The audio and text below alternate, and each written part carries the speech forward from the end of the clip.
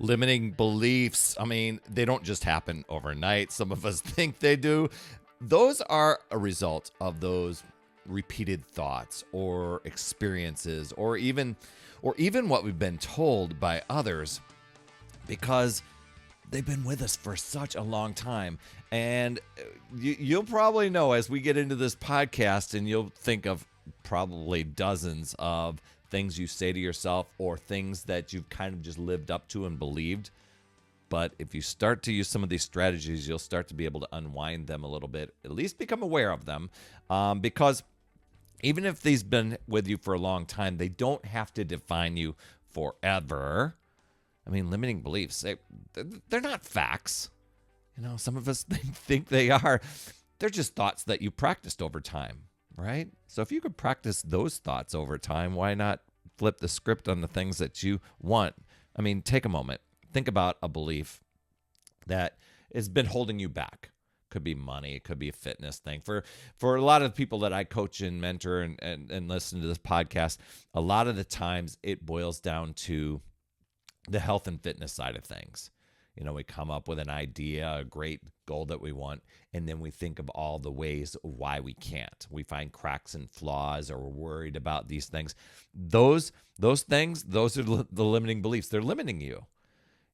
So it could be something as simple as, and I've heard this before. I don't want to say it's simple, but I'm not the kind of person that can stick to a fitness plan, or I always sabotage some point, or I can never seem to stick with it. I've never been good at staying consistent with my goals. It's easy to get stuck in that loop. And when you get stuck in that, you kind of go, well, this is just the way I am, or this is the way life is supposed to be. And you set aside your goal and you move on because you become almost content, almost settled with this is just the way it is because it's familiar.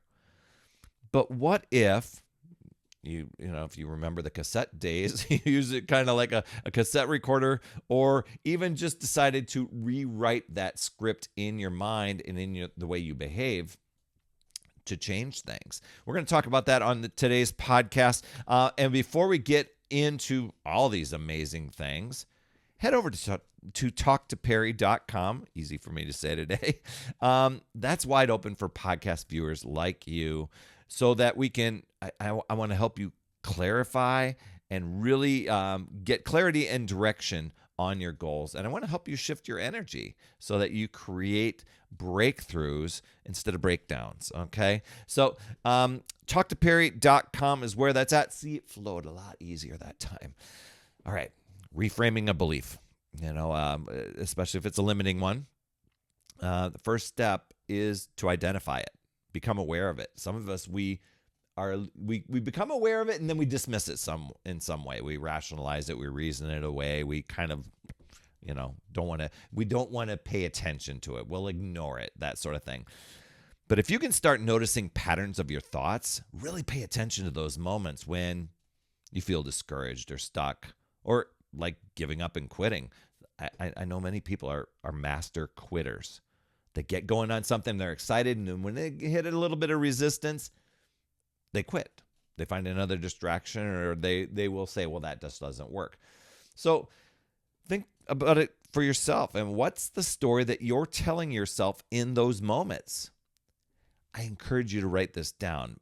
You probably won't. And I know I resisted that for a long time. I'm like, oh, yeah, I'll just deal with it up here. But when you write it down on paper, you take its power away. I know, might sound hokey, right? But getting that down, it gives you clarity. And I have lots of little tips and tricks and little mindset hacks that can help disempower those things. But this is going to give you clarity. You want to become aware of it. So write that down, record it, maybe put it in a note somewhere secretly on your phone or something like that. The next challenge is, just ask yourself, where did this belief come from? I learned this from Tony Robbins' event that I was at, but he's like, where did that belief come from? And who says? How does it? What is the? What makes that person the master, right? start asking yourself, is this rooted in a single experience that you had or something that you've been told over and over and over and over and simply accepted? Something as simple as money doesn't grow on trees. Come on now. You got to work hard for it. So we adopt that and we live up to that and we adopt that as, well, this is so. This is absolute truth. But it's not. Most limiting beliefs, they begin to crumble when you start questioning their truth. So that was one big thing for me. As I was approaching the age of 40 years ago,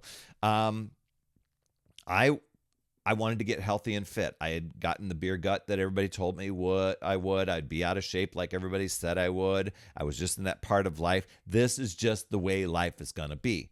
So when I was making the decision, hey, I'm going to get in shape. I'm going to lose this beer gut. Now, I wasn't going for a six pack or anything like that. I had the liquid kind of six packs that led to the beer gut. But I remembered hearing in my head, this is the way life is going to be. Just wait until you're 30 and 40. That'll happen to you. Those sort of things. It's too late in life to get started on, wanting to lose weight and get in shape. And I didn't want to just lose weight. I wanted to get in shape as well. It's too late in life. And I could have gotten behind that because I had done that so often in my 20s and 30s. This is the way life is supposed to be. Over and over and over, you see evidence all around you, unhealthy friends, unhealthy coworkers, unhealthy family members, and that was the way life was going to be. The roadmap, the blueprint was right there, right? But when I started to say, well, who says? I'm going to be out to prove that wrong. Now, I was greatly humbled in my first couple workouts because I was out of shape, overwhelmed, overweight. I could barely do one, maybe two push-ups, and it was very humbling. And it would have been very easy to say, see, you're right. This is the way life is supposed to be. You're done. But I decided, you know what? I'm not going to buy into that. I'm going to do something about it. I'm going to prove to myself, not to others. I didn't need to prove anything to others. I needed to prove to me that was just a belief that was programmed in my head. What if I rewrote that script, rewired it? So that leads me to my next step for you is to replace the old belief with one that empowers you. Now, I know it sounds like, oh man, it's just like swapping out the batteries. The old batteries don't work. Let's put in the new ones. It does take a little bit of repetition, okay? It does take some consistency. But speaking of consistency, what if it's something like, hey, I can't stay consistent with exercise. And you shift that to, you know what? I'm building a habit of staying active and just showing up every single day. Now, for me, I was just going, you know what? Just show up and do today. I would always say, just do today, just do today, just do today. When I was trying to get myself out of working out because I was unmotivated. I had a big to-do list and I'm like, I don't feel like it today. I'll do doubles tomorrow. And I'm like, no, you're a person who shows up and exercises. Because I'm thinking of that person that I really desired to be. And I didn't want that person to hang and linger out in the future and me never get there. I realized that I needed to take those attributes, those characteristics, those mindsets, those actions, those behaviors of that person in the future and start doing those things now. Even though the beer gut was still there, I'm a person who shows up and exercises. I'm the person that's creating healthy habits. Just notice the wording around those, right? This is progress, not perfection. A lot of times people are stuck in the old days, of how they, and probably the old days, there were still excuses then too. They just remember working out and they're saying, hey, back in the old days, we used to show up to the gym for 3 hours and all this stuff. Well, if they can't do that when they're in the 40s and 50s, they don't show up. They're like, well, I can't live up to that perfection.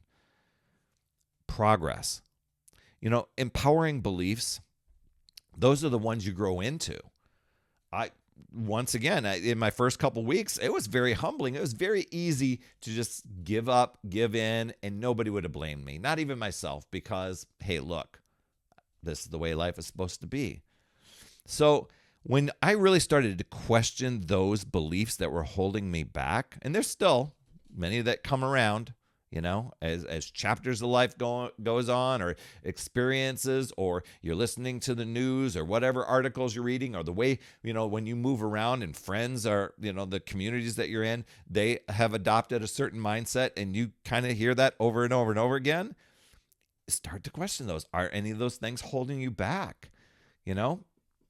So that is a really, really big thing for me. I think it's just reframing the limiting belief. It's not just about saying a mantra to yourself, not just doing that. I love mirror work and stuff like that, but it's about taking daily action that aligns with you and your new belief. Each time you act differently, and each time I showed up for myself, even though I didn't want to, and I would say, you know what, I'm not going to work out today, but I committed to at least show up for 15 minutes, and almost every time I would finish the workout. You're proving to yourself that the old belief no longer holds control over you. That should feel empowering itself, right? The more you do this, the weaker that limiting belief becomes. So I encourage you, after listening to this, if you can pull out a note on or even, just write it down, scribble it in whatever handwriting you have, just decide that your past stories don't get to write your future. If you can list your past stories, that's even more powerful, because you're in charge of creating the mindset that's going to take you to that next level. You've got everything you need. You just have to take that step, and just know you can take control and really use some of these tips here. If you want more tips and ideas, head over to talktoperry.com, like I said. But you can take control and really energize yourself, or you can let excuses, justifications, all the reasonings around you, and you can let that control you and drain your power. It really boils down to deciding and committing to yourself and your goals, taking action on those, and looking at possibilities, learning and growing, and keep moving forward. You've got this, my friend. I'd love to hear your top takeaway from today. You can drop those down in the comments. I promise I will reply. And as always, remember, it's never too late. We'll see you next week. That's another Power Blast podcast in the books. Thanks so much for tuning in. And remember, when you are ready to recharge your battery, make sure you go to talktoperry.com. That's talktoperry.com. That's Perry. And I want to listen. I want to hear, what's going on. I want to help you in that 15-minute call to recharge your battery and reclaim your power so that you're off and running and creating massive momentum toward your dream. Also, every day, I am delivering more motivation, support, tips, and strategies inside my free community with amazing people like yourself. And we are conquering the mindset and the fitness. I do 52 weeks of free training in there. Plus, I coach and I mentor people, as well as give you access to tons of resources and guides. It's called my Upside Down Fitness Community because we work on a lot of mindset stuff, the inside stuff. And we're a fun group of people striving to make healthier habits in this awesome chapter of life. So make sure you get in there. I promise you'll absolutely love it. Just head over to upsidedownfit.com and you can get into the group. And hey, you would be an awesome friend if you get over to iTunes or wherever you listen to your podcast and leave an honest rating and review for the Power Blast podcast. It helps awesome people like you find the show even faster, and that's who I'm looking for, awesome people like you. That's all I have for this week, my friend, and just to let you know, you absolutely rock. That's all I have for this week. I'll see you on the next Power Blast podcast, and always remember, it's never too late. We'll see you next week.